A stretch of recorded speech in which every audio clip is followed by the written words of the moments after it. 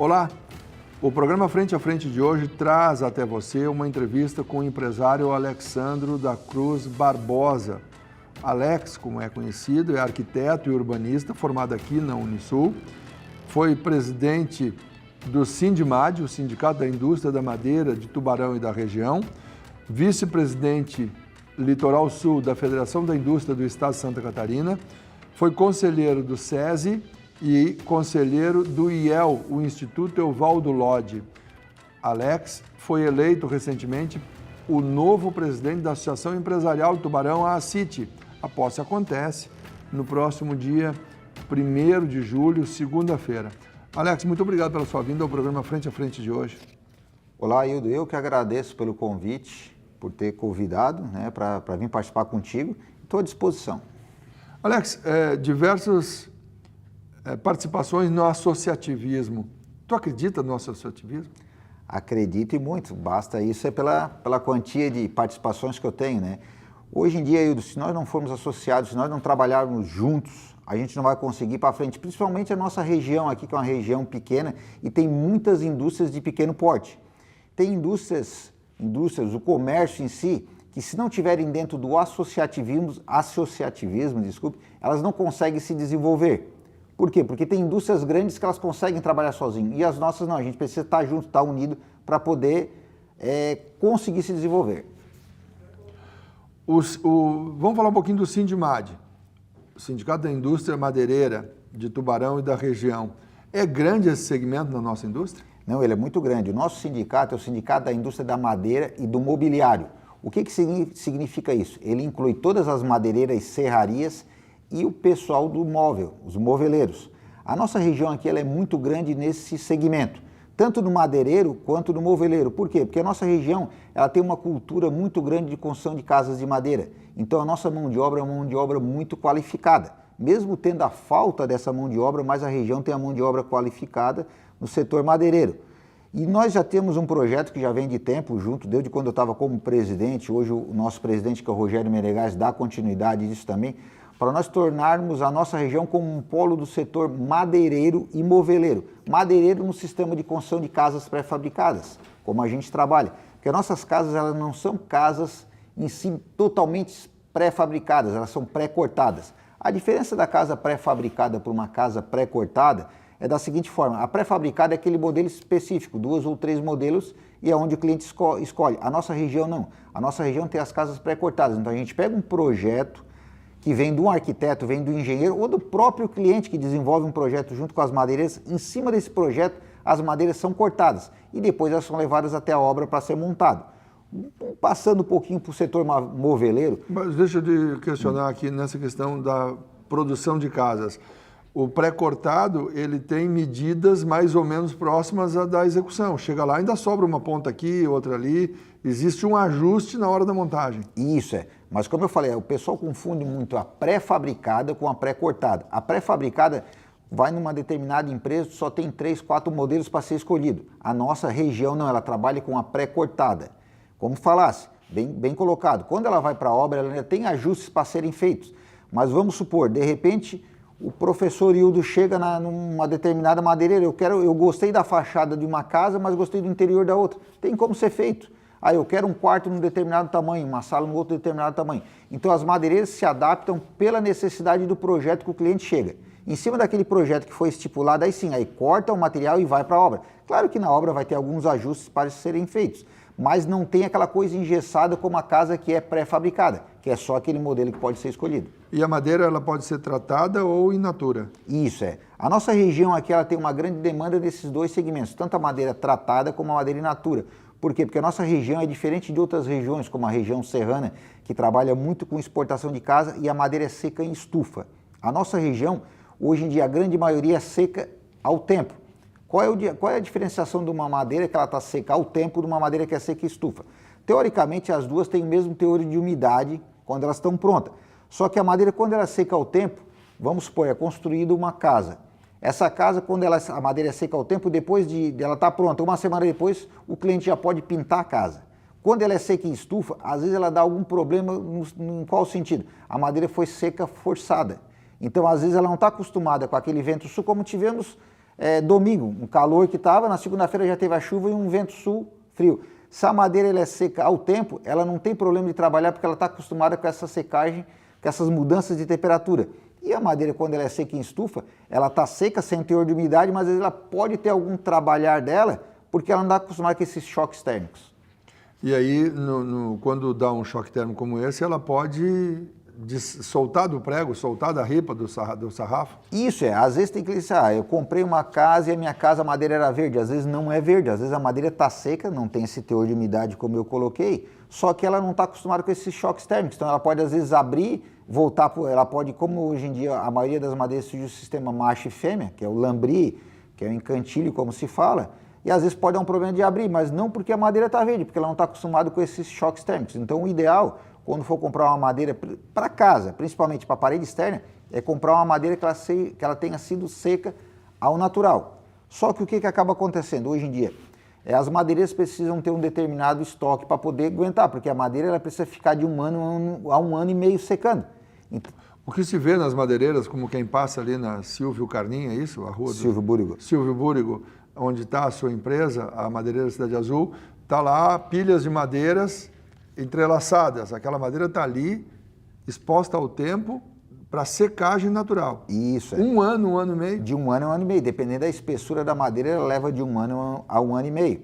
E no caso, no sistema que a gente utiliza na nossa empresa, a gente marca a data que essa madeira foi gradeada, como a gente fala. Uns chamam de empilhado, outros chamam de gradeado, mas o nosso sistema é o gradeado. Ela tem colocada a madeira, tem um sarrafo para poder o vento passar entre elas, para ter essa ventilação. E o que acontece? Geralmente a madeira no sistema, como a gente coloca depois de 3 meses, 4 meses, ela esteticamente por fora da pilha que está gradeada, ela está igual àquela madeira que já faz um ano. Então por isso ela tem que ter as datas que elas foram gradeadas para não ter problema de repente recolher uma madeira que não está tão seca fazendo essa troca, né? Uhum. E aí tu falava que precisa ter estoque para poder tocar uma produção de casa.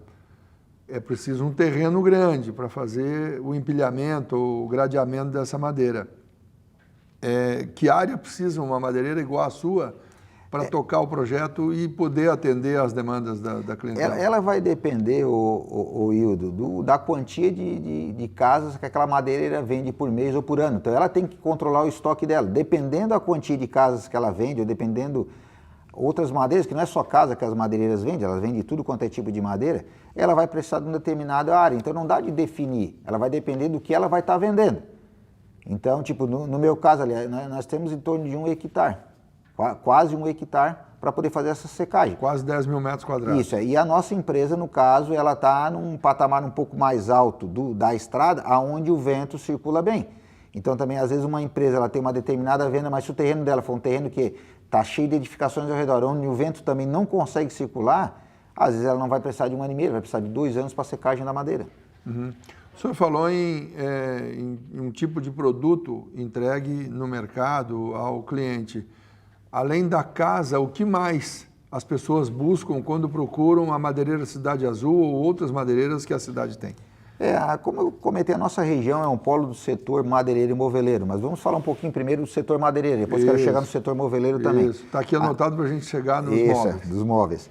A nossa região, as madeireiras hoje, praticamente quase que 100% da região de Tubarão, eles não vendem só a casa pré-cortada, eles também vendem armação, eles vendem o rodapé. O cliente chega lá, eu quero fazer uma reforma na minha casa, as madeireiras fazem essa reforma. Eu quero comprar um caibro, eu quero comprar um rodapé, eu quero comprar uma vista. Tudo que vai dentro de uma casa, as madeireiras vendem individual. O cliente pode chegar na minha empresa, comprar um pedaço de 1 metro de rodapé, um pedaço de meia cana, um pedaço de lambri, um pedaço de aba. Nós vendemos conforme a necessidade do cliente. E ele faz essa troca. Um deck, um pergolado, enfim, tudo que o cliente precisa. Tudo que envolve madeira, nós temos para vender. Enfim, tudo que vai numa casa, a gente também vende no varejo. Vamos supor. A casa, podemos considerar que a casa seria um atacado e nós também temos o material para vender no varejo. Se eu quiser montar a casa, eu posso ir lá e comprar os pedaços que vão me servir para fazer essa construção. Isso, tanto que hoje nós temos a nossa demanda de entrega de casas, mas se o cliente chegar na minha empresa hoje, ele comprar uma casa, no dia seguinte, vamos supor, hoje ele me compra uma casa, no dia seguinte eu posso entregar todo o material da casa para ele. Eu só não tenho como começar a casa no dia seguinte Por causa da mão de obra. Também. A gente tem que botar no cronograma de construção, mas a matéria-prima eu já tenho toda pronta. Eu não preciso o cliente chegar na minha empresa, aí eu vou ter que comprar essa tua casa, vou dar um valor X de entrada para mim ter que comprar o material. Como eu falei, a madeira eu tenho que esperar de um ano a um ano e meio para secar, então eu tenho que ter esse giro de estoque. Claro que aquele cliente que me comprou a casa, eu vou pegar o dinheiro dele, vou comprar a matéria-prima para utilizar daqui um ano e meio na casa de um outro cliente que vai me comprar. Vamos lá, tratando de madeira, nós estamos falando madeira, existe madeira e madeira. Pinos, eucalipto e madeiras do norte. As chamadas madeiras do norte são aquelas madeiras nobres. Isso. O pinus e o eucalipto tem com abundância na nossa região. E como é que é a entrada dessa madeira do norte? A gente vê a apreensão de caminhões e cargas de madeira e madeira em solo ainda nos estados do norte do Brasil. Que madeira é normal, regular e está liberado para comércio? Na verdade, eu vi do tipo, o eucalipto e pinos a gente tem uma certa abundância na nossa região. Não, o pinos nem tanto. Pinos são reflorestamento. São de reflorestamento. O pinos mais na região serrana. Até em torno de mais ou menos de uns 20 anos atrás, 25 anos atrás, se usava muita madeira nativa, que era peroba, canela, madeiras nativas nossas da região. E o que acabava acontecendo? Muitas serrarias tinham um projeto, na época era o IBAMA, hoje é o IMA, enfim, que para poder derrubar vamos falar em árvore, para derrubar uma árvore de peroba, teria que plantar 15 de eucalipto. Então o que acontecia? Os serradores plantavam essas 15 de eucalipto, mas plantavam aleatoriamente, sem cuidar, sem escolher a qualidade. Então, o eucalipto que se derrubava há 15 anos atrás é um eucalipto de má qualidade. Não digo não só pela má qualidade, mas pelo cuidado dele. Né? E o que está se derrubando hoje em dia é o eucalipto que já foi plantado pensando no futuro. Então, inclusive com a espécie apropriada, porque são 600 variedades de eucalipto, 600 espécies de eucalipto. Muito tipo de planta. Uma dá uma madeira mais dura e outra dá uma madeira mais mole. Então, esse é um exemplo apenas. Isso, Não, e como comentasse, e não é só o eucalipto, só pela qualidade dele em si. Claro, que hoje em dia depende do eucalipto, a gente escolhe o eucalipto para determinada região. Vamos dar um exemplo. Vamos supor, na região de Imaruí se planta um determinado tipo de eucalipto. Na região de Jaguaruna é um outro determinado tipo de eucalipto. Até porque o que acaba acontecendo? Ele vai se desenvolver diferente dependendo da região. Mas os cuidados que eu comento sobre o eucalipto é o seguinte: ele tem que ser plantado já em um determinado espaçamento, ele tem que ser feito o desgalhar dele, então determinada altura tem que tirar, porque o eucalipto acaba criando aquele nó. Se não tirar o galho dele no tempo certo, aquele nó, o galho, alguns caem sozinho e automaticamente apodrece o nó dentro da tora, a tora vai engrossando com aquele nó podre. Então hoje em dia tem várias técnicas, o pessoal aprendeu muito, né? Com o eucalipto. O pinos tem pouco plantio aqui na nossa região. O pinos mais é na região serrana. Só que o eucalipto, o que está acontecendo na nossa região que eu estou notando? Está tendo muita exportação, principalmente para a China. Então o governo precisaria desenvolver um projeto para poder reter esse eucalipto, que a dificuldade maior do eucalipto são os 3, 4, 5 primeiros anos, porque a formiga ataca o pé de eucalipto, dá uma série de coisas, dá vento, ele acaba estragando a fibra do eucalipto. Mas o que acontece? Tem muitos plantadores que plantam 10, 12, 15, até 20 hectares e não conseguem financeiramente aguentar. Então eles acabam vendendo antes da hora esse eucalipto. E se notar, tem épocas que a gente vê inúmeras, centenas de carretas na beira da BR em Imbituba, descarregando para depois carregarem dos navios para ir para a China, para depois voltarem produtos industrializados para nós. Vai a tora in natura? Vai a tora in natura. Só que, como eu te falei, o problema do eucalipto não é, depois que ele está com 6, 7, 8 anos, é que daí ele não incomoda mais, é só deixar ele crescer. E é esse ponto que o serrador de pequeno porte não consegue aguentar, ele acaba vendendo a produção dele. Aí os chineses vêm, compram esse eucalipto, que ele está numa dimensão pequena ainda, pagam um valor baixo, mas o plantador acaba vendendo porque ele não tem condição de aumentar. Põe a mão no dinheiro, precisa capitalizar. Isso falando do eucalipto e do pinos. Falando da madeira nobre, como colocasse ali, o que acontece? Hoje em dia precisa de muitas autorizações. Chegou a épocas que na região do Mato Grosso, na própria região do Pará, tinham empresas que se instalavam só para vender a DOF, como se diz, ou autorização para poder derrubar madeira. Então eles montavam uma serraria, mas não tinham nem maquinário nenhum. Era só para vender essas autorizações. E o governo bateu em cima. Então hoje em dia toda a madeira que ela chega na nossa região é que ela chega 100% certificada, porque a hora que o caminhão vai carregar, se emite uma nota e ela vem para a nossa empresa ou para qualquer empresa que está comprando, a gente tem que dar uma autorização. E tem um prazo para essa madeira chegar na empresa. Se por um acaso essa madeira não chegar, a gente tem que ir lá e cancelar, porque alguma coisa aconteceu no meio do caminho. Então, a hora que ela chegar na empresa, a gente dá essa entrada novamente dessa nota. Então, hoje não tem como chegar uma madeira clandestina no nosso estado, na nossa região. E quais são as madeiras mais comuns de chegarem aqui? Madeiras consideradas nobres, madeiras do norte, como se diz. Uns falam madeira do norte, outros falam madeira nobre. Quais são as madeiras mais comuns e frequentes de serem desembarcadas aqui? Isso, eles falam em madeira do norte porque ela vem da região norte do país, né? Sim. Então a madeira que chega mais é a Itaúba, o angelim pedra, o angelim amargoso, a grápia, a garapeira, são as madeiras que mais chegam aqui na nossa região. O angelim vermelho, que o nome dele é faveiro, mas o pessoal conhece por angelim vermelho, são essas madeiras que tem mais na nossa região. Cada região tem um tipo, vamos supor, na região de Joinville eles usam muito a Itaúba. Na nossa região aqui de Tubarão, Imbituba, Garopaba, Criciúma, é o angelim. Tanto o angelim pedra, como a gente diz, o angelim amargoso ou o angelim vermelho. O mogno e outras madeiras. O mogno agora tem inclusive projetos para fazer extensas áreas de plantio, o mogno africano. O mogno ele é uma madeira que ela é mais utilizada para o setor moveleiro. Ela não tem durabilidade na parte externa. Ela é uma madeira bonita, mas mais para a parte interna, mais para o setor moveleiro que usa matéria-prima maciça. Antes da gente entrar na questão dos móveis, eu vou chamar uma paradinha aqui rápida, mas eu quero que tu me diga, se tu tiver essa informação, qual é o número aproximado de madeireiras na região do sindicato do Sindimad? O Sindimad ele abrange a Amurel. Um levantamento que nós tínhamos feito há um tempo atrás entre madeireiras e moveleiras era em torno de 1.100 empresas na região da Amurel. Mas madeireiras, que é aquela que trabalha com material mais bruto. Madeireiras e serrarias, o que fazem parte do... Isso. Mas sem os móveis, madeireiras e serrarias, quanto que daria? Eu não sei 270, 300? Em torno de umas 350, 400 entre serrarias e madeireiras. Tá certo. Nós vamos ao rápido intervalo, vamos parar um pouquinho aqui com essa entrevista. Estou achando ótima essa fala do Alexandro da Cruz Barbosa, futuro presidente da ACIT. Já é presidente eleito da Associação Empresarial Tubarão, a ACIT. A gente vai e volta em instantes. Frente a frente.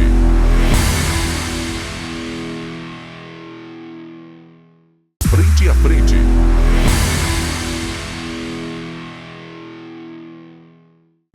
Muito bem, já estamos de volta no programa Frente a Frente, na edição de hoje. Estou conversando com o Alexandro da Cruz Barbosa, o Alex, é empresário, arquiteto, urbanista, é o novo presidente da Associação Empresarial de Tubarão, a ACIT. A posse é 1º de julho.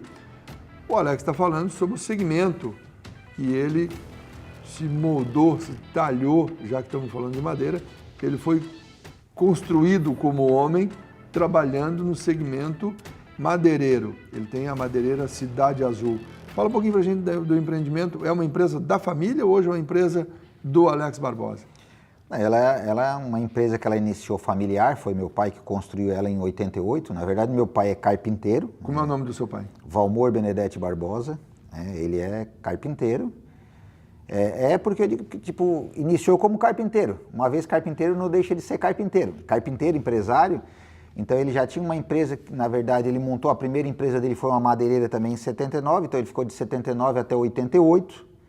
No final de 88 ele montou essa empresa, que é a que a gente tem hoje, que é a Madeira e Cidade Azul, que ela realmente começou a trabalhar em 89, em março de 89. Meu pai trabalhou até os 60 anos na empresa, né, ele foi uma empresa familiar. Quando ele fez 60 anos ele disse que não iria mais trabalhar. Na verdade ele avisou eu e meu irmão, que nós trabalhávamos junto, eu, o pai e o irmão. Quando ele estava com 58 ele disse, você já se prepara que eu vou trabalhar só até os 60. Eu e meu irmão até duvidamos um pouco, porque ele toda a vida foi bem ativo, né?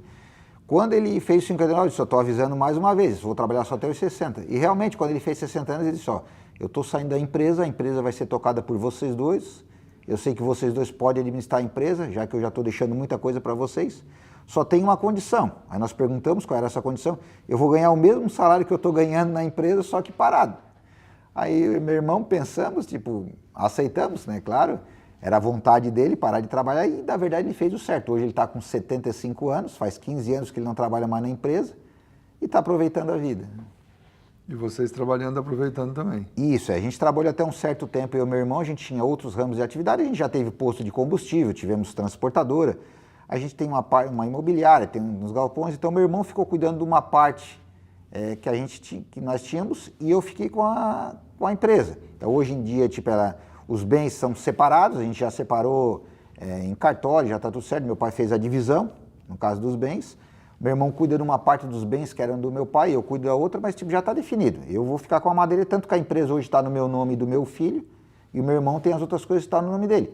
Mas continua com a mesma regra, como o pai falou. Só que hoje mudou, tipo, eu pago 50% do salário e meu irmão paga outros 50%, mas ele ainda... E ele não está errado, né, Wildo? Porque ele construiu o patrimônio dele para isso, para ter a aposentadoria dele, né? Então... Vocês se dão bem com isso. Adalberto da Cruz Barbosa, da imobiliária do Beto. Isso. É o seu irmão. Alex, tu estava falando no primeiro segmento sobre as madeireiras e serrarias e o setor de móveis, o setor mobiliário que integram, os dois segmentos integram o Sindimad. Então fala um pouquinho para a gente da experiência da região na questão de móveis. É importante o segmento de móveis para a região de Tubarão? Oi, eu não tenho uma grande experiência do setor moveleiro, eu tenho a experiência da participação deles dentro do Sindimad. Sim. O que acontece também na nossa região, como eu falei, com relação a nós tornarmos a nossa região como um polo do setor de construção de casas de madeira. Da mesma forma, a gente tem um projeto para tornar a nossa região como o setor do polo moveleiro. Mas o nosso setor do polo moveleiro, ele não é um polo de móveis em série, como nós temos também na região serrana, na região de Rio Negrinho, que são grandes indústrias, tipo na região de Rio Negrinho. Serra Gaúcha. Na Serra Gaúcha. Que tem móveis que passam numa máquina e vão saindo 50 armários do mesmo tamanho. E isso, que é em série, como nós estamos comentando. Uhum. A nossa região não são móveis em séries, são móveis onde o arquiteto desenvolve um determinado projeto para um apartamento, para uma casa e leva até a marcenaria. Exclusivo. Exclusivo para aquela casa. Então a nossa região, nós queremos tornar ela um polo do setor moveleiro de móveis exclusivos, mas não é exclusivo, me fugiu o nome agora. Mas não são móveis em série. Então essa é a intenção nossa. Customizado, é o cliente que decide que móvel ele quer. Isso é. Em cima daquele projeto que veio do arquiteto é montado um móvel, então tipo o marceneiro vai lá, ele confirma a medida e faz exclusivamente para aquele apartamento, exclusivamente para aquele consultório, exclusivamente para aquela casa. Então esse polo não existe em Santa Catarina. Então nós estamos tentando tornar a nossa região com esse segmento. Por que tornar um polo? Algumas pessoas já perguntaram, qual é a vantagem de tornar um polo? A vantagem de tornar-se um polo do setor madeireiro e moveleiro é que, vamos dar um exemplo, de repente uma determinada empresa que trabalha com maquinário de móveis sob medida vai se instalar em Santa Catarina. Ela vai se instalar onde tem um polo, então ela vai vir se instalar na região da Murel. Uma empresa que produz máquinas para o setor madeireiro que vai ser utilizado na construção de casa. Ela não vai se instalar numa região onde não é polo, ela vai procurar se instalar onde é uma região. Então essa é a vantagem. Nós vamos conseguir, tornando um polo, atrair mais indústrias para a nossa região e vai facilitar, porque hoje em dia, para nós podermos comprar um maquinário voltado para o setor madeireiro, nós temos que, de repente, comprar na região do Rio Grande do Sul ou comprar em outros estados, que tem algum polo onde tem essa determinada empresa. Então vai facilitar bastante para nós. Sem contar que também vai desenvolver bastante a região. Quando um cliente de fora, que ele não é da Amurel, que ele quiser comprar um determinado produto, ele vai procurar onde é que tem um polo de construção de casa. É a região da Amurel, a região de Tubarão, enfim, um móvel da mesma forma. Então essa é a vantagem de tornar a nossa região como um polo. A gente rodando pelas cidades, andando nas ruas, talvez nenhum de nós possa ter a informação da importância desse polo de madeireiro e de mobiliário. Mas é importante. Na nossa região, mais de 1.000 empresas, 1.100 empresas, como tu colocou no outro segmento do programa, mais de 1.100 empresas ligadas nesse segmento. É o maior segmento do estado ou tem também municípios que são mais pujantes? Porque tem muita madeira na Serra Catarinense. A indústria de madeireira e de móveis lá é maior que a daqui? a região de Rio Negrinho, lá na divisa com o Paraná. Como é que nós estamos posicionados? Hoje já é um dos maiores polos do estado, Alex? O nosso sindicato, em quantidade de associados, o Sindimad é o maior do setor madeireiro e moveleiro no estado. O que diferencia, vamos supor, a região serrana, como tu colocasse, a gente tem muito pessoal da celulose, na região de Caçador, na região da Serra, região de Lages, então são empresas multinacionais. Se nós formos ver em valor de faturamento, o valor deles é maior. Né? Mas em questão de sindicato, de união, o nosso é maior. Porque o que acontece? Nós temos muitas marcenarias, que são marcenarias pequenas aqui na região, que tem 7, 8, 9 funcionários, madeireiras também, que tem 7, 8, 9, 10. Então, um número, geralmente hoje o máximo de uma marcenaria num porte, que a gente considera um porte bom, é em torno de 40, 45 funcionários. Madeireiras também, isso aí, uma madeireira que a gente considera grande, ela tem 50 funcionários. Só que aquele detalhe, tipo, ela movimenta a região toda e tem muitas empresas nossas aqui da região que também não ficam só aqui na Amurel. Elas vendem muito para a região de Itapema, para o setor moveleiro. Itapema, Balneário Camboriú, região de Joinville. Os madeireiros constroem muito no Rio Grande do Sul, pela proximidade que a gente tem com a Serra Gaúcha. São José dos Ausentes, Bom Jesus, Vacaria. A gente vende muito para a região de Criciúma, região de Araranguá. Então, nós somos um polo, mas a gente não depende só da nossa região aqui da Amurel. O consumidor não está todo aqui. Não está todo aqui. Mas é importante o consumo aqui também. É importante, não. O maior consumo nosso é aqui na região. Tá? E é como se falou, o nosso sindicato, nós já ganhamos prêmios a nível estadual e a nível federal. Nós fomos em São Paulo ganhar um prêmio pela organização que o nosso sindicato tem. O nosso sindicato, quando eu era presidente do Sindimad, quando eu iniciei ele, nós tínhamos 8 participantes e só 4 ou 5 participavam da região. Quando eu saí do sindicato, nós estávamos com 134. Eu não sei te dizer o número de associados que tem hoje, acredito que esteja maior do que esse número também. Eu participo do sindicato, mas hoje como associado, né? Não na diretoria. Até porque eu participo de muita coisa, acabo não... E dentro do sindicato também, do Sindimad, se tu me permite falar um pouquinho também... Claro, fica à vontade. Aí nós temos o Sindimad Mulher, que foi formado na minha época também. Alguns perguntavam, o que é esse Sindimad Mulher? Até eu brincava, porque, tipo, os madeireiros iam na reunião e as esposas cobravam, pô, tá participando da reunião do sindicato? O que tu foi fazer na reunião? Chega tarde, porque toda a vida, quando a gente tem uma reunião, a gente tem uma janta também, né? E quando eu montei o Sindimad Mulher, na época a minha esposa, que era a presidente, eu era o presidente do Sindimad e ela era a presidente do Sindimad Mulher. Nós começamos a fazer uma série de eventos. Elas se reuniam e vinham a demandar, vamos supor, a gente quer trazer uma psicóloga para falar de determinada coisa. Queremos trazer uma consultora para falar de determinado assunto. E hoje em dia o Sindimad Mulher está tão forte na nossa região que nós temos várias ações que o Sindimad ajuda, tanto o Natal Solidário, como a gente tem a festa junina, como a gente tem eventos que o Sindimad é coparticipante e são as mulheres que organizam. E tem muitas mulheres que dizem, ó, se o esposo quiser sair do sindicato, tudo bem, ele pode sair, mas ela não sai. Então fortaleceu bastante, por quê? Porque a gente conseguiu mostrar para elas o que é. E hoje em dia, principalmente, o setor madeireiro acontece bastante. Tem muitas esposas que trabalham também com os maridos no escritório. Mas o setor moveleiro é a grande maioria. Os maridos estão no chão de fábrica, como a gente diz, e as esposas estão no escritório. Geralmente o marido é que vai lá tirar medida num apartamento, mas as esposas é que estão ali frente a frente. Então, por isso, a gente tem esse reforço grande do Sindimad Mulher dentro do nosso sindicato. E ele foi um exemplo para todo o país, tanto que, como eu comentei, nós fomos condecorados com um prêmio lá em São Paulo, na Fiesp, por ser o sindicato que revolucionou com esse Sindimad Mulher. E com essa ideia, ela se espalhou para o resto do país. Tubarão ensinando como é que se faz. Tubarão para o país. Alex, em relação à estruturação das empresas, quantas empresas da região têm mais de 40, 50 funcionários? São todas pequenas empresas? Isso, são todas pequenas e médias empresas. Eu não sei te dizer hoje qual é o número, mas a grande maioria são pequenas e médias empresas. Esse é um setor industrial, apesar do comércio, da venda dos móveis, é um setor da indústria, né? Tem transformação de materiais.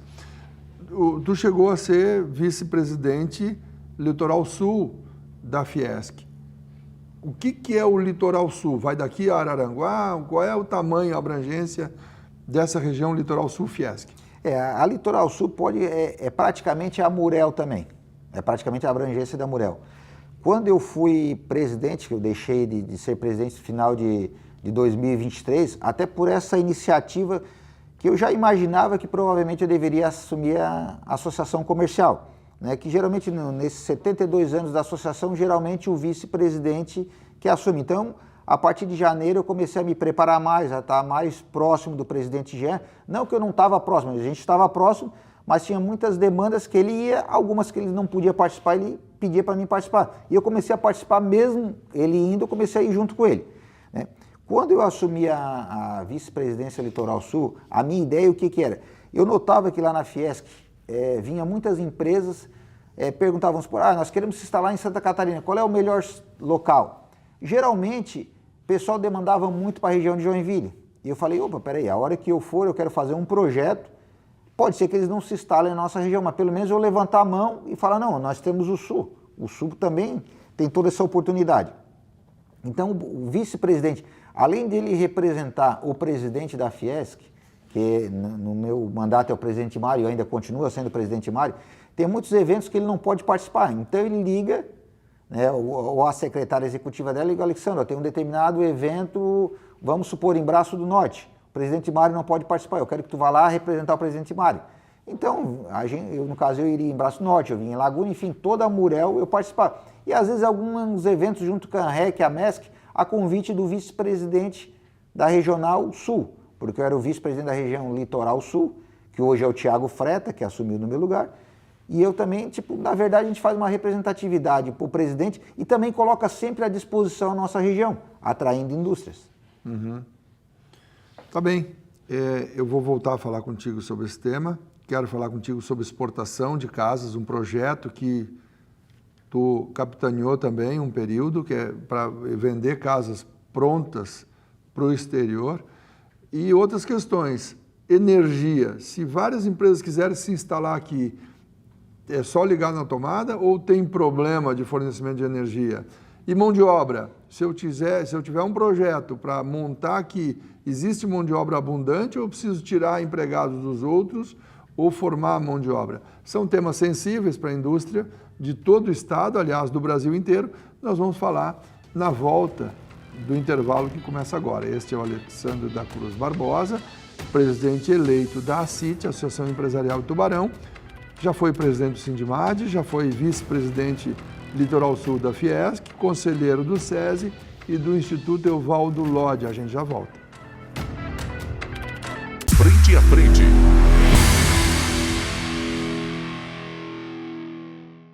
Frente a frente.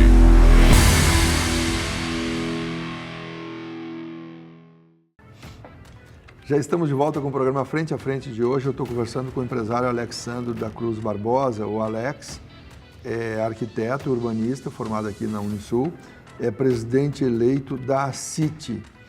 Trabalhou sempre na empresa, mas se dedicou ao associativismo. Quais são as principais dificuldades, Alex, de uma empresa considerada pequena, de uma empresa média, numa região que ficou para trás no desenvolvimento do Estado? A duplicação da BR-101, que nem está pronta ainda, estão aí detonando rocha e criando vias marginais e passarelas, porque não está concluída a rodovia. Nós ficamos mais de 12 anos em atraso em relação ao norte do Estado. Isso impactou no desenvolvimento da região. Então, a nossa região ainda enfrenta dificuldades.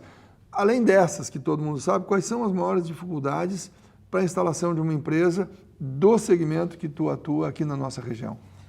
Edu, a principal dificuldade é a mão de obra. Sem dúvida, a dificuldade maior não só do nosso setor, mas, enfim, de todo o setor industrial. O nosso segmento, que é o setor madeireiro e moveleiro, então nós já fizemos alguns cursos para captar mão de obra. Nós tivemos um curso que a gente fez há uns 10 anos atrás, nós fizemos em parceria com o SEDUP na época.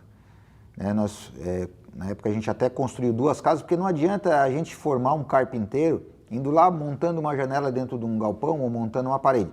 Ele realmente tem que entender e montar uma casa do pilar, que é colocado no chão, até a última telha do retelho. E foi isso que a gente fez nos 2 cursos. O último que a gente fez em parceria com o Senai, fizemos até no Senai, Senai e SESI, que era junto na época, ali, aqui na Marcolina. E na época a gente montou 3 casas.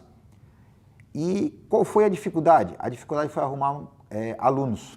Interessados em fazer o curso. Interessados em fazer. Então nós tínhamos o recurso vindo da Fiesc, nós tínhamos todos os equipamentos mais modernos possível. Então nós tínhamos 2 dificuldades. O professor, porque hoje em dia tem muitos carpinteiros na nossa região, mas tem carpinteiros que não sabem explicar, não sabem passar o conhecimento deles. Então a dificuldade foi um professor. Ele faz com maestria, mas para ensinar não é com ele. Para ensinar é complicado. E o professor sabe como é que funciona isso. Né? Então a gente ficou um tempo para conseguir o professor, até tanto que eu consegui convencer o meu pai. Como eu disse, ele já estava aposentado, mas consegui convencer ele, e ele foi o professor. Né? E a segunda dificuldade é conseguir os alunos. Nós tivemos que colocar até, na época, eu lembro, outdoor, na cidade, na região, um carpinteiro junto com a esposa e o filho, no caso, um fictício ali, na frente de um transatlântico, um carpinteiro com um carro novo, com a chave de um carro novo, para os alunos entenderem que não é só um arquiteto, não é só um engenheiro, não é só um professor que pode comprar um carro, que um carpinteiro pode comprar. Hoje em dia, eu tenho carpinteiros na minha empresa que eles ganham mais do que arquitetos e engenheiros aqui de Tubarão. Isso eu tenho certeza, porque eu sou arquiteto, eu sei como é que funciona. Né? Mas só que é difícil. A cultura, hoje em dia, muitas pessoas, principalmente os novos, querem trabalhar com a parte de TI, eles têm vergonha de dizer que eles são um carpinteiro, que eles são um pedreiro, que eles são um pintor. E essa mão de obra está de grande falta na nossa região. Sem e quando contar é bom, é dificílimo arrumar um horário na agenda dessa turma. Isso é difícil. Na sua empresa, se eu for lá negociar a compra, a aquisição de uma casa, seja o modelo que for, qual o prazo que tem para eu entrar na janela de produção? Quer dizer, para que eu comece a pagar madeira, pagar mão de obra, em quanto tempo tu consegue encaixar a entrega da casa no lote que eu possa ter? É como eu te falei, se tu me comprar uma casa hoje, no dia seguinte eu te entrego todo o material. Não, eu quero a casa em obra. Eu entendi. Mas, por exemplo, a minha dificuldade não está na matéria-prima. Eu tenho toda a matéria-prima, que ela já ficou naquela secagem de 1 ano e meio. Agora, o carpinteiro a gente tem que botar no cronograma de obra. Dependendo da obra, eu vou te pedir 90 dias, 120 dias para te entregar ela. E quanto tempo para começar? 30 dias? 45 dias? Depende da casa, mas hoje para mim começar, se tu me comprar uma casa hoje, para mim começar em torno de 60 dias. 60 dias? 60 dias. De espera para que tenha mão de obra disponível. Isso é.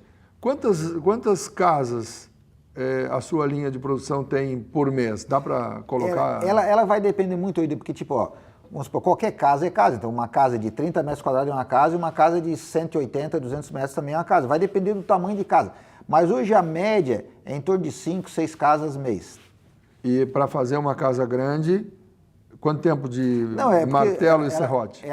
Hoje em dia, martelo tudo bem, mas o serrote, a gente sempre comenta, o carpinteiro que tem serrote não é um carpinteiro bom. Porque o carpinteiro hoje em dia, para cortar um filete de uma janela, ele tem que ligar uma maquinária elétrica.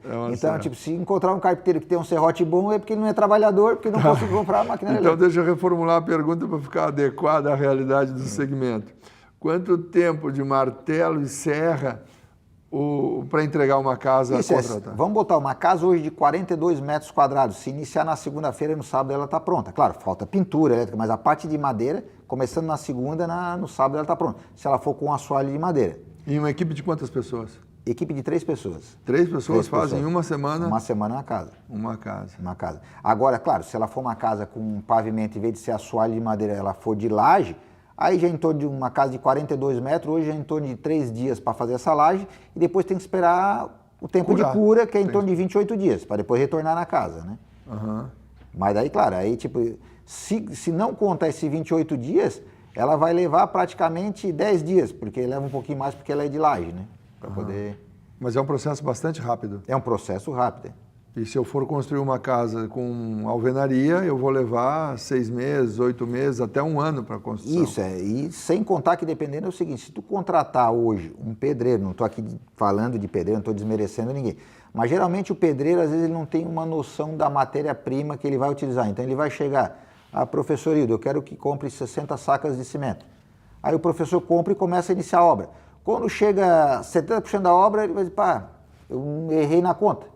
Aí, tipo, falta mais 40 sacas de cimento, vai ver que está aí 60 vazia ali no canto, que o pedreiro não desperdiçou nada, é porque ele errou na conta. Então, às vezes, tem clientes que chegam, a casa de alvenaria sai mais barato que a de madeira. Nunca ela vai ser mais barata. Tem esse tempo, como comentasse, e um outro detalhe. Quando se compra casa de madeira nas madeireiras, mas eu digo madeireiras, não fundo de quintal, que também a gente tem isso aí aqui na nossa região. Comprar de madeireiras de nome, a madeireira vai te entregar a casa pronta conforme está no contrato. Não tem negócio de, faltou um caibo, faltou um lambri, não tem nada disso. A mesma coisa se comprar uma casa de alvenaria de uma construtora, ela vai ter que te entregar aquela casa conforme o projeto. Só que, claro, se comprar uma casa da construtora, o preço já vai ser 3 vezes e meia, 4 vezes mais do que a casa de madeira. E tem um memorial descritivo na hora da compra. Tem o memorial. Que madeira é, que caibro é, como é que é a ripa, o sarrafo, a coluna, tem tudo isso no memorial descritivo. No memorial, das madeireiras que são madeireiras sérias. Porque também hoje em dia, dependendo da casa, o que acontece? Eu vou falar pela minha empresa. Então a gente quando faz uma casa de assoalho, eu boto o barrote de assoalho a cada 50 centímetros, o caibo a cada 50 centímetros, as tesouras, dependendo como é colocada, a cada 1,80 m, 2 metros uma da outra, depende do projeto que chegou para nós do engenheiro ou que a gente desenvolveu junto com o cliente. Agora tem madeireiras que colocam um barrote mais longe, com 70, 80, não tem problema de cair a casa. Mas quando o cliente está dentro de casa, o assoalho está balançando. Então tudo isso aí impacta no valor final, porque daí o cliente está pagando, não que ele está pagando a casa é mais barata, ela está pagando pelo material que não foi. Então a casa é mais barata porque está indo uma quantia menor de matéria-prima na obra. Não tem milagre. Não tem milagre. Às vezes eu comento com alguns clientes quando estão lá na empresa, que tem meus vendedores, o que eu comento com eles? Faz o seguinte, pega 10 itens na casa, vê com um carpinteiro que seja conhecido, então pega 10 itens na casa, veja o preço que eu estou vendendo e o preço que o meu concorrente está vendendo, que a casa é o mais barato. Se os 10 itens do preço é praticamente igual, como é que a casa vai dar uma diferença grande? Porque ele vai colocar uma quantia menor de matéria-prima. Menor de material. Aí depois vai impactar mais no futuro, que o telhado vai entortar, o assoalho vai estar balançando, a janela vai estar pegando porque a travessa está uma distância muito grande de pé direito, uma série de coisas que podem impactar. É verdade que a casa de madeira oferece um conforto térmico melhor que a casa de alvenaria? Isso é Ela esquenta menos e esfria menos também? É que o conforto térmico dela é na seguinte forma, Hildo. Tipo, quando ela tem um sol, ela pega o sol, ela pode até esquentar mais rápido que a alvenaria. Só que ela automaticamente já refresca muito mais rápido. A de alvenaria, quando ela chega a esquentar mesmo ali, ela vai demorar muito para também acontecer esse resfriamento dela. Né? E principalmente se fizer uma casa de parede dupla. Parede dupla, a gente diz, a parede externa com 2 centímetros, a interna pode ser com 1 centímetro feita de forro. Ela cria aquela bolsa de ar entre as duas paredes. Ali com 7, 6 centímetros, até, dependendo da largura até mais, mas vamos botar que seja no mínimo 6 centímetros. Cria essa bolsa de ar que tanto ela ajuda para a parte acústica como para a parte térmica. Mas não tem tanta necessidade na nossa região. Mas é na região serrana por causa do frio. A nossa região é muito difícil se fazer casa com parede dupla. Em geral, as pessoas mais de 90% do parede simples. Tem uma questão estética, além do conforto térmico, também tem uma questão estética. Fica mais bonito se for forrada, como se diz, né? Isso, ela na parte estética, como eu falei, a parte elétrica esconde toda, ela dá um acabamento melhor na casa. Só claro, em custo ela também tem um custo um pouco mais elevado. Aí vai das condições de cada cliente. E também, reforçando um pouquinho, como falou, uma época quem fazia casa de madeira era considerada pessoa de baixa renda. Hoje em dia, quase, não vou dizer que é uma unanimidade, mas muitas pessoas com poder aquisitivo bom estão fazendo casa de madeira. Por quê? Para usar material de reflorestamento, eles chegam na empresa, eu quero fazer uma determinada casa, mas eu não quero madeira nobre, como colocar, se eu quero madeira de reflorestamento, já tem um pensamento do meio ambiente. Sustentabilidade. Já se busca a preservação do planeta. Isso. E também porque hoje em dia tem muito tipo de casa de madeira que ela fica mais bonita que uma casa de alvenaria. Tem muitos telhados recortados, enfim, casa com mezanino, caibo à vista, como a gente fala, enfim, tem inúmeras formas de modelos de casa. Quanto mais requinte e caibro à vista e tudo, mais tempo de construção. Mais tempo de construção, e claro, ela vai encarecer um pouco mais também. Porque a mão de obra é um componente importante. Isso, a mão de obra hoje, ela encareceu bastante. Ela dá uma diferenciação, porque também, uma época se trabalhava com a madeira da região, que a gente falava, com a madeira nativa, ela também tinha um valor agregado maior que o eucalipto. Então a mão de obra se afastava mais do valor do produto, da matéria-prima. Hoje em dia, como o eucalipto é uma matéria-prima um pouco mais barata também, a mão de obra, não podemos dizer que a mão de obra aumentou muito igualou quase o preço da madeira, porque também a madeira diminuiu o valor, né? É um preço mais em conta. Mais em conta. Mas é metade do custo ou do investimento necessário para fazer uma boa casa de madeira pode ser considerado como mão de obra? Hoje, no caso, sem contar os acabamentos, que seria o banheiro, a mão de obra é em torno de 20%. A mão de obra hoje é 20% Em torno dos de 20% materiais. do valor da casa. Porque aguentar 1 ano e meio a madeira secando no pátio não leva 1 ano e meio pagando. Ela tem que comprar e pagar e deixar lá. Isso, tem que comprar, pagar e deixar lá. E sem contar, quer dizer, a gente está falando esse 1 ano e meio, mas tem toda a perca que tem, porque na secagem, essa natural, é que vai aparecer os defeitos da madeira. Às vezes eu comento com alguns clientes, no meu caso da minha empresa, eu já compro uma madeira que ela já é uma madeira mais velha, como a gente diz, para render na hora que vai serrar. Quanto mais velha, mais grossa, mais rende no serrar ela. E também a madeira mais velha tem mais o cerne, então já a madeira é melhor. E às vezes chega clientes, a gente mostra o pátio, ó, tá vendo aquela pilha lá que está tombando? É que primeiro a gente compra a madeira mais velha, já passa por uma classificação. Na serraria tem a segunda classificação. Na hora que chega na empresa, ela é descarregada e já é descartada alguma madeira que por acaso veio mole, como a gente diz. Madeira com brancal ali.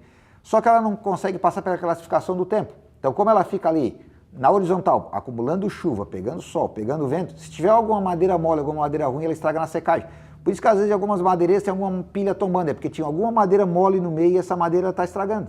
Aí a pilha acaba tombando. Então, pela classificação da natureza, ela não tem como escapar. Então, ali ela não passa pela classificação da natureza. E aí nem chega na... Não chega nem na obra. Parte do material pode ser aproveitado num caibro mais fino, numa madeira mais fina, numa ponta. É possível ainda, aquela que tem o nó, perde o nó e fica outro material, mas igual tem perda. Não, tem a perca. Tanto que, tipo, ó, eu praticamente não compro tábua na minha empresa com 2 metros e 2,5. Eu compro tudo com 3 metros. Só que a de 3 metros racha as pontas e a gente passa para 2,5. Tem tábua de 3 metros que eu só utilizo 2 metros.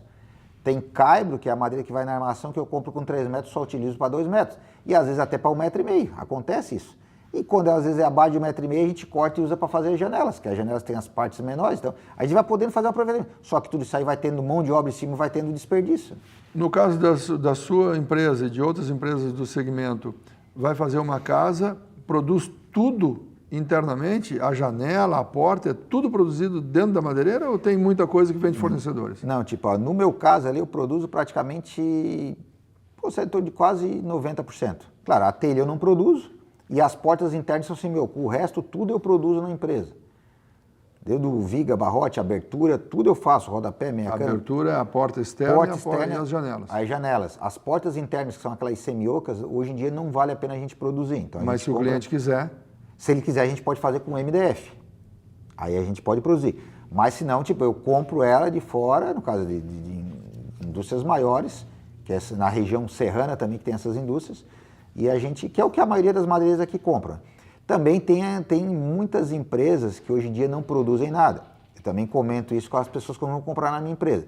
Às vezes tem pessoas que fazem um site bonito, alugam uma sala, fazem uma plotagem bonita, mas não tem uma tábua para o cliente. Aí o cliente chega lá, pô, às vezes dá uma diferenciação no valor, mas aquela pessoa tem que abrir o olho. Não estou aqui também falando de ninguém, só para o cliente. É preciso ter cuidado, tá atento. Tem que ter cuidado, porque às vezes o cliente não tem nada para mostrar. E simplesmente tu pode comprar uma casa, na sexta-feira a plotagem está bonita, na segunda-feira não tem mais nem a plotagem e sumiu. E aconteceu muito aqui na nossa região. Então o cliente tem que ficar de olho nisso aí. Procura as empresas que têm um estoque, têm uma história, que estão há tantos anos no mercado. Essas realmente ela pode confiar. Há um pouco da nossa conversa, tu falou sobre a indústria da serra, que é uma indústria de transformação para papel, celulose, né? Basicamente a celulose que depois vira papel. Essa indústria consome a matéria-prima que estaria disponível para a indústria da madeireira da nossa região? Não, são produtos... São matérias-primas completamente diferentes. Não, eles consomem, que na verdade, aquelas grandes indústrias, tipo como a Klabin, eles consomem desde tória, que tem uma dimensão pequena, até uma dimensão maior.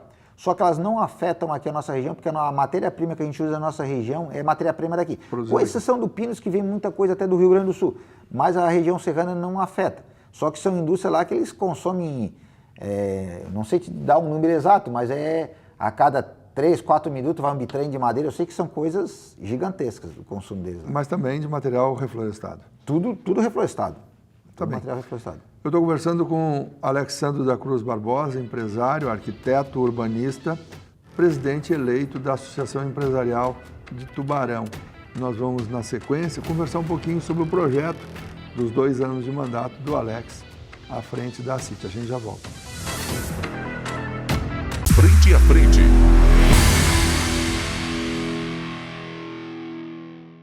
Frente a frente.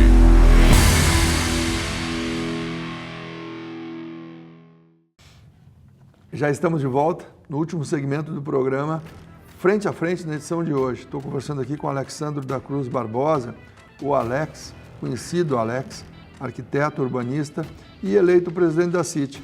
Nós falamos sobre exportação de casas para outros países, um projeto que tem o teu dedo, que tem o teu interesse. À frente da CIT, com o governo do estado, é possível tocar? Está andando? Como é que está isso, Alex? Professor, esse projeto, nós iniciamos ele em 2018, praticamente, uma parceria junto com o Sebrae, com a Fiesc, onde nós unimos 5 empresas do setor madeireiro para montarmos um consórcio. Na época foi montado um consórcio, né, através de uma indicação de algumas pessoas que a gente teria que montar um consórcio. Só que depois, passado 2 anos, a gente viu que a gente errou, não teria que ser um consórcio, porque o consórcio ele tem que ter data de início e de fim. Como as empresas fazem um consórcio para construir uma ponte, construir uma estrada. E nós mudamos para a cooperativa. Hoje é uma cooperativa. Continua com essas 5 empresas madeireiras e entrou mais uma empresa do setor moveleiro.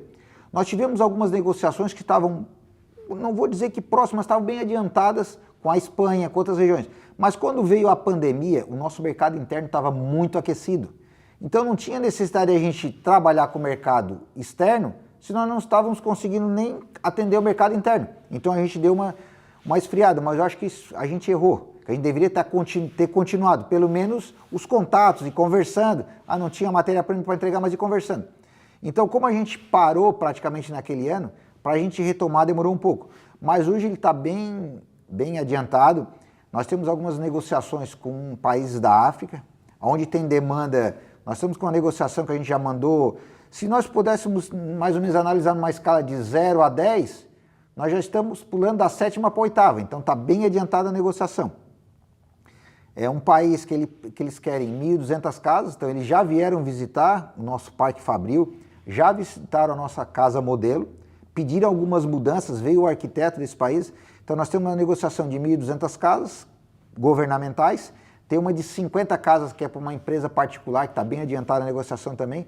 E tem um país da África, até prefiro não comentar, né, o país, mas que eles têm um déficit de 150 mil habitações. Eles já abriram para nós, mas não quer dizer que eles vão construir 150 mil casas, o déficit de habitação. Nossa casa é uma casa que ninguém do país trabalha com essa demanda. Que tem algumas empresas na região do Paraná, já teve empresas da região de Camboriú também, que exportaram casas de madeira, mas casas de alto padrão. E as nossas casas que a gente está fazendo para exportação são casas de 42 e 48 metros para pessoas de baixa renda. São casas simples. Mais simples do que a que a gente constrói aqui na região, bem mais simples. Então, a gente quer atingir um público governamental, onde o governo vai comprar para a periferia. 42 metros quadrados é 2 quartos, sala, mas com cozinha, ou a cozinha seria de alvenaria, vai o telhado junto, como é que é? Nesse projeto nosso, a de 42 metros, elas são 2 quartos, com um banheiro, sala e cozinha conjugada e uma varanda. Esse é o projeto que eles pediram lá. Tudo em madeira? Tudo em madeira. O banheiro, nós estamos com um projeto, ou nós vamos utilizar o banheiro de fibra, enfim, a gente está com um projeto que tem que utilizar para isso. Porque até então a demanda era a casa de madeira, depois eles pediram uma segunda proposta para nós com a parte elétrica e hidráulica, então a gente repassou. Pediram com um móvel, são o quarto de casal, teoricamente um quarto de solteiro, e a cozinha. Então a gente passou para eles também, por isso que entrou um outro parceiro do setor moveleiro junto com nós nessa cooperativa. Então a gente mandou tudo que... Agora essa empresa particular que comentou dessas 50 casas pediu se a gente tem condições de entregar o banheiro. O banheiro nós não podemos fazer a forma tradicional como a gente faz o nosso aqui, com tijolo, argamassa.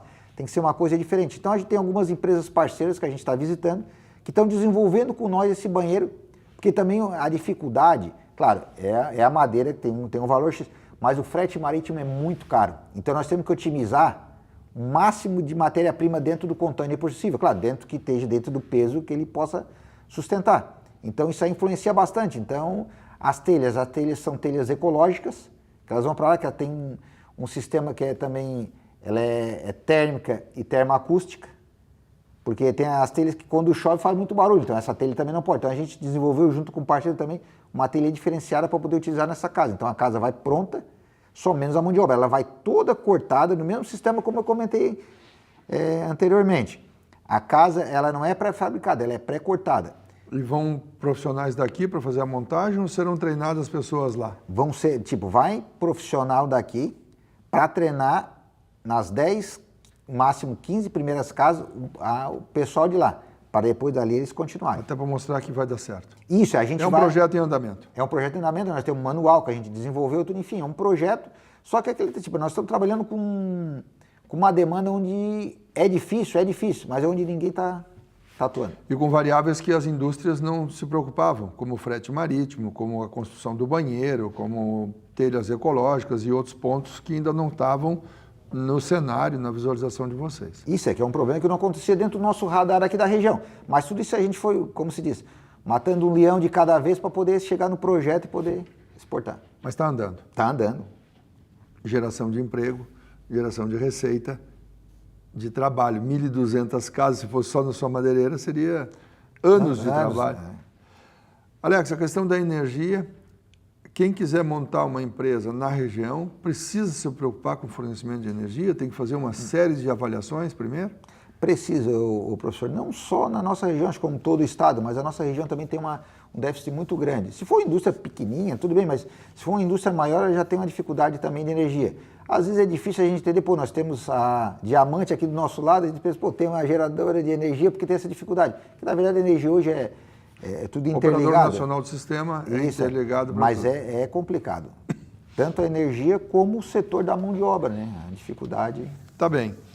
Os seus projetos, planos, desejos à frente da CIT, o que o empresário, que é empresário do comércio, da indústria, pode esperar da gestão Alexsandro da Cruz Barbosa?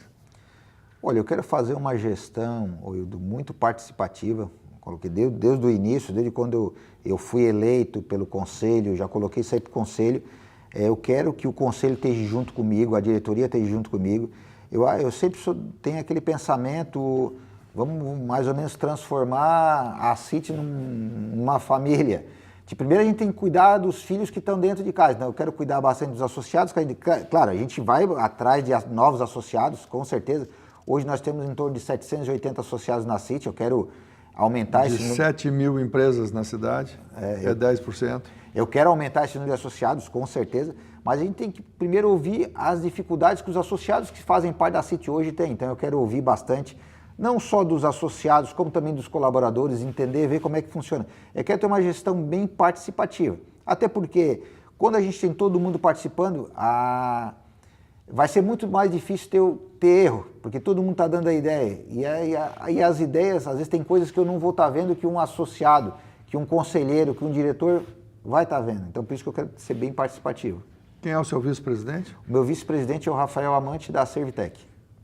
E quais são os outros diretores, que dá para lembrar quais são os diretores, quais são as principais diretorias, sem falar nomes, se não quiser? Não, nós temos várias diretorias, é um grande feito desse, que eu acredito também que nós nunca tivemos mulheres na diretoria, e nessa minha gestão nós somos em 15 diretores, contando com o presidente e o vice, então no caso é o presidente e o vice.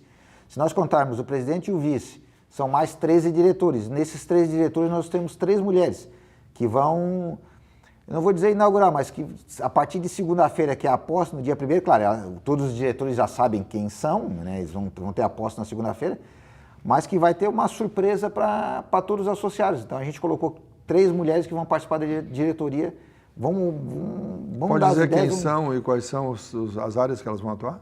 Tá, tem uma mulher que ela vai cuidar da parte de internacionalização, porque o que eu quero fazer na parte da CIT? Hoje eu quero atrair, nós temos muitas feiras internacionais, nacionais, que o empresário pode participar, mas às vezes falta uma organização, falta dentro da CIT alguém que veja, vamos supor, vamos dar um exemplo, nós temos a feira na China, que é a maior feira multissetorial do mundo. Já participasse? Que eu já participei, tem mais de 5.000 estandes. Às vezes tem empresários que querem participar, mas eles não sabem como eles conseguem fazer. Então, uma das mulheres vai cuidar desse setor. Quer organizar. Ah, não pode dizer ainda quem é? Não, é bom não Tá. Ela já sabe, mas vou deixar a surpresa para segunda-feira. Tá. Tem uma outra que vai cuidar da parte ambiental. Toda a parte ambiental da nossa região, de onde a CIT abrange.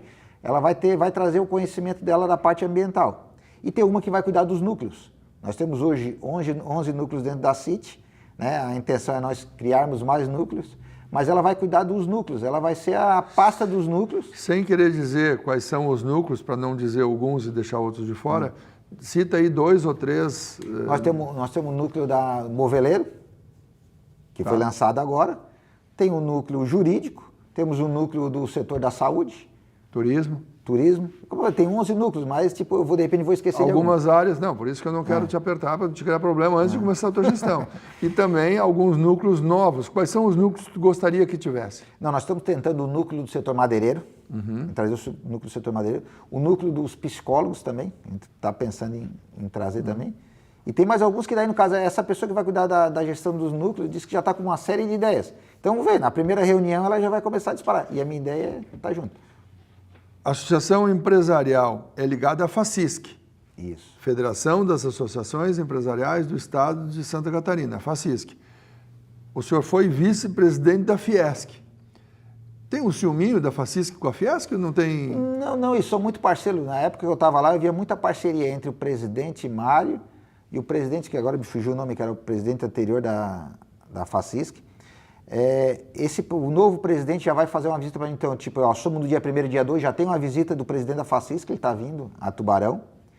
Ele já disse que quer usar um pouco da minha experiência na Fiesc junto na CIT, junto com ele. Então, acho que vai ser uma grande parceria. E eu, como tive muito tempo lá na Fiesc, eu acredito que eu também vou colaborar bastante com a FACISC nessa parceria com a Fiesc. Né? Então, sempre teve uma grande proximidade dos dois, tanto FACISC como a Fiesc. Você tem que construir um bom relacionamento entre as entidades. O senhor foi presidente do Sindimad. As empresas associadas, essas 700 empresas associadas, em geral são filiadas a sindicatos, como o Sinduscom e outros sindicatos importantes na nossa cidade. O senhor pretende empreender, fazer algum trabalho para aproximar ainda mais os sindicatos da presidência da entidade? Não, eu pretendo continuar o que já tem, tanto que, o nosso diretor hoje financeiro é o presidente do Sinduscom, que é o Silvio Guise. O vice-presidente da ACIT, que é o Rafael Amante, é o presidente do Sindicato Metalúrgico. Então, a gente já tem a proximidade. Um outro diretor nosso, que é o Sérgio Marqueto, já foi presidente do Sindicato Metalúrgico. Então, nós temos muitos associados da ACIT, como falou aqui, ou são presidentes de sindicato ou participam dos sindicatos. Mas, claro, a grande maioria de associados da CIT não está vinculada a nenhum sindicato. Mas a ideia é essa, cada vez aproximar mais os sindicatos da CIT. Nós temos uma grande parceria com o CDL, dou muito bem com o presidente do Sindilojas. O Fernando hoje. O Fernando, com o Valmor, que é do Sindilojas. Então, a gente tem, o CDL muda no final do ano, se eu não me engano, a presidência. Mas toda a vida teve um bom relacionamento e vai continuar do mesmo jeito. Tanto que Sindilojas, CDL e a CIT são os que coordenam o Secontur. Secontur. Estamos às vésperas da eleição. A cidade enfrentou um problema sério com a saída do prefeito Juarez Ponticelli e do vice-prefeito Caio. Eles vão a julgamento. A nós interessa que a cidade perdeu um norte. O tempo do Jairo menor, então ele teve que se acostumar com o Jairo Cascais, teve que se acostumar com a direção da cidade e em pouco tempo terá de fazer o trabalho dele.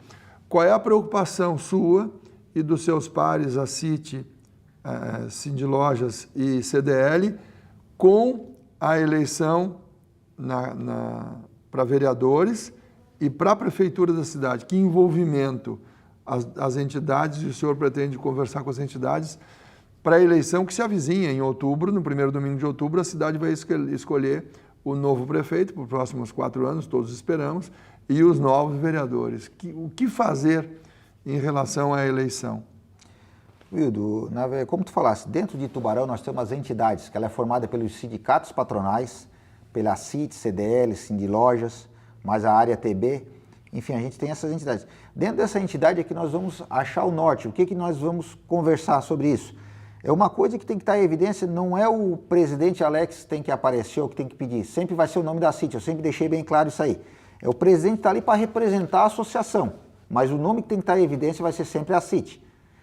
O que a gente vai... Claro que a gente vai sentar com os diretores, vamos sentar com essa entidade e vou ver. Tem algumas coisas que nós vamos exigir dos prefeitos, dos candidatos a prefeitos, como já teve em gestões anteriores. Mas isso é uma coisa que vai ser mais para frente um pouco, que a gente vai sentar, depois que eu assumir, que eu vou ter que conversar com os diretores, ver quais são as ideias. Eu tenho algumas ideias, mas quero primeiro conversar com eles. Mas com certeza, a CIT vai querer sempre olhar o que é o melhor para a nossa cidade. A CIT não é partidária, tanto que eu não sou filiado a partido nenhum. Eu gosto disso porque eu tanto converso com qualquer candidato a vereador, e sempre vai ser assim. Eu gosto bastante de política, mas não gosto de estar afiliado a ninguém, eu gosto de conversar aberto, poder entrar na porta de qualquer partido. E vai ser dessa forma. O que o senhor pediria para, se o senhor já tivesse no dia 3, no dia 1º, o senhor assume no dia 2, ou ainda na noite do dia 1º, se o senhor tivesse uma reunião com todos os candidatos a prefeito, como se isso fosse possível, o que o senhor pediria? O que o senhor tem em mente hoje que é importante, de acordo com a sua experiência empresarial, profissional? Muito se fala em um ambiente para a construção de empresas, um polo para a atração de indústrias. O que o senhor faria? Assim, 4 ou 5 coisas que o senhor já gostaria que os candidatos olhassem pela cidade. Primeiro ponto, Edu, que eles tivessem uma administração participativa, para não acontecer como aconteceu com aquele problema do feriado municipal, aonde os vereadores aprovaram um feriado sem consultar a CIT, CDL, sem consultar as entidades. Porque uma coisa é a hora que tem algum problema. Quando tem problema, sempre eles procuram as entidades para ajudar a resolver, como a gente aconteceu com aquelas cheias em Tubarão, enfim. Nós todas as vezes fomos parceiros. Só que chegou numa hora dessa, então eu preciso de uma gestão participativa. Nós não queremos mandar na prefeitura, não é isso. Nem na Câmara de Vereadores, mas que eles nos procurem para trocar ideia. Nas coisas que vão impactar na cidade, que eles procurem, porque geralmente o empresário está dentro da CIT, CDL e Sindlojas. Então, há uma gestão participativa. Com relação a isso que tu colocasse ali, nós precisamos ter um parque fabril maior, para a gente poder atrair indústria. Toda a vida eu comentei, não é porque eu sou industrial, porque eu sou industrial, eu sou do comércio também. E eu sei que a indústria depende do comércio. Não adianta ter só indústria se o comércio não vender. E também não adianta ter comércio se não tiver indústria para produzir. Mas a indústria é muito importante para nós podermos desenvolver a região. Então esses 2 pontos são os pontos cruciais. Mas o principal é ter uma gestão participativa dos vereadores e da prefeitura junto com as associações, junto com essas entidades. Tanto que a gente está montando a entidade agora, e a gente está Fórum das Entidades. Estamos montando a entidade com o CNPJ, tudo certinho, porque eles têm que consultar. Nós não queremos mandar na cidade, não é isso. A gente só quer que eles nos ouçam, porque a gente vai mostrar o que realmente está acontecendo, porque a gente sabe. Nós é que estamos lá na porta das fábricas, nós é que estamos trabalhando, a gente sabe realmente o que impacta para nós. E até hoje não tiveram muito sucesso, né? Já tivemos algumas conversas, mas tem muitas que eles passaram por cima como se nós não existíssemos. E é como se na hora que tem algum problema na cidade, aí eles vêm nos procurar, o que a gente pode fazer junto. Mas...